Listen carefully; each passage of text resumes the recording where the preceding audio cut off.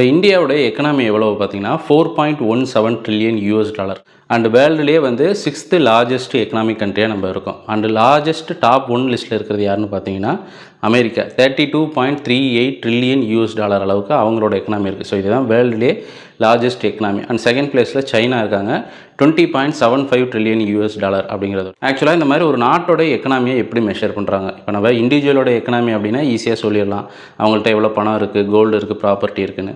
But ஒரு நாட்டோட எக்கனாமியை எப்படி மெஷர் பண்ணுறாங்க அப்படின்னா சிம்பிளாக ஜிடிபி அப்படிங்கக்கூடிய ஒரு விஷயத்தை வச்சு தான். அதாவது ஜிடிபினா மொத்த உள்நாட்டு உற்பத்தி. ஒரு வருஷத்தில் ஒரு நாட்டில் எவ்வளவு ப்ரொடக்ஷன் நடந்திருக்கு, எவ்வளோ வேல்யூ ப்ரொவைட் பண்ணியிருக்காங்க, சர்வீஸ் எவ்வளோ ப்ரொவைட் பண்ணியிருக்காங்க அப்படிங்கிற வேல்யூவை வச்சு தான். இப்போ ப்ரொடக்ஷன் அப்படிங்கிறதுனா நமக்கு பேனா, பென்சிலு, அதுக்கப்புறம் கார், பைக்கு, என்னென்ன திங்ஸ் எல்லாம் ப்ரொடக்ஷன் பண்ண முடியுமோ ஸோ அதோடைய டோட்டல் வேல்யூ. அண்ட் எவ்வளோ சர்வீஸ் நமக்கு ஹெல்த் கேர், டிரான்ஸ்போர்ட்டு, சாஃப்ட்வேர் இந்த மாதிரியான விஷயங்கள்லாம் ப்ரொடியூஸ் பண்ணியிருப்பாங்களா, ஸோ அந்த மாதிரியான சர்வீஸ் ப்ரொவைடிங்கோடைய டோட்டல் வேல்யூ. இது ரெண்டுத்தையும் கூட்டி வரக்கூடியது தான் இந்த ஜிடிபி. ஸோ அந்த ஜிடிபியை வச்சு தான் ஒரு நாட்டோடைய எக்கனாமி அப்படிங்கக்கூடியது டிசைட் பண்ணப்படுது.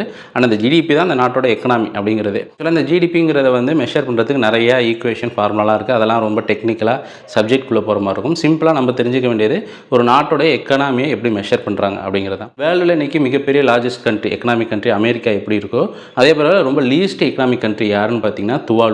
அதாவது நமக்கு பசிபிக் ஓஷனில் வந்து ஆஸ்திரேலியாவுக்கும் ஹவாய் தீவுக்கும் நடுவில் இருக்கக்கூடிய ஒரு சின்ன ஐலண்ட். அதுதான் இருக்கிறதுல ரொம்ப லீஸ்ட்டு எக்கனாமிக் கண்ட்ரியாக இருக்குது. ஒரு நாட்டோட எக்கனாமி எப்படி ஜிடிபி அப்படிங்கக்கூடிய ஒரு வேல்யூவை வச்சு மெஷர் பண்ணுறோமோ அதே போல் ஒவ்வொரு ஸ்டேட்டுக்கும் அவங்களோட எக்கனாமி மெஷர் பண்ணுறதுக்கும் இந்த ஜிடிபி யூஸ் ஆகும். அது வந்து ஸ்டேட் ஜிடிபின்னு சொல்லுவாங்க.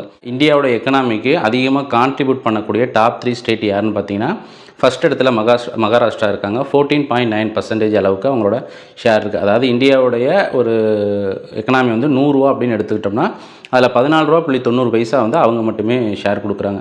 அண்ட் ரெண்டாவது இடத்துல இருக்கிறது நம்ம தான் தமிழ்நாடு, 9% வந்து ஷேர் கொடுக்குறோம். அண்ட் மூணாவது இடத்துல கர்நாடகா, கிட்டத்தட்ட 8 பாயிண்ட் சம்திங் பர்சன்டேஜில் வந்து அவங்க ஷேர் கொடுக்குறாங்க.